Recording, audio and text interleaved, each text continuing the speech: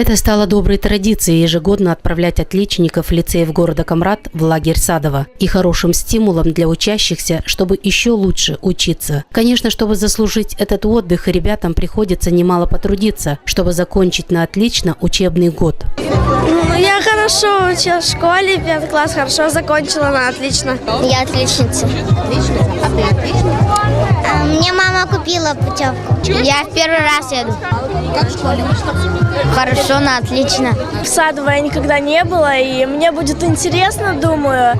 И много всего будет, и зоопарк, как я слышала, но сегодня я это смогу увидеть. Абсолютно спокойно провожали своих чад родители, так как они были уверены, что их дети едут в хороший лагерь в сопровождении ответственных лиц, работников примарии. Как отметили многие из них, отдых в Садово обязательно пойдет им на пользу и подкрепит здоровье их детей. Я думаю, что это достаточно высокого уровня лагерь. Видели и в Ютубе заходили, смотрели, и думаю, что ей понравится. Столько впечатлений, столько радости. Она так ждала этого момента. Ребенок очень хотел, понравилось и сказал, будет хорошо учиться. И отлично закончила. Поэтому, чтобы отдыхал ребенок, наполнялся силами, здоровьем. Счастливого пути и всем деткам, кто отправляется, с Богом. И чтобы хорошо провели эти дни свои в лагере.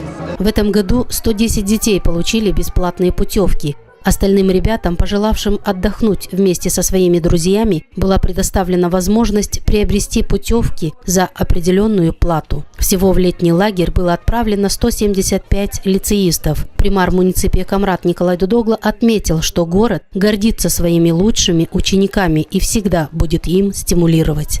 Мы сделаем все возможное, чтобы дети смогли спокойненько отдохнуть, действительно порадоваться, отдохнуть и подготовиться к следующему учебному году, познакомиться между собой. Сделайте все возможное, чтобы эту неделю провести совместно, найти себе друзей, с которыми вы могли подружиться и дружить всю жизнь. Желаю вам приятного отдыха, всего самого хорошего, а мы сделаем все возможное, чтобы вам там было уютно. Спасибо. Всего 7 дней проведут ребята в Кодрах Молдовы. Ну а как они эти дни проведут, мы расскажем вам после их возвращения в родной город Камрат.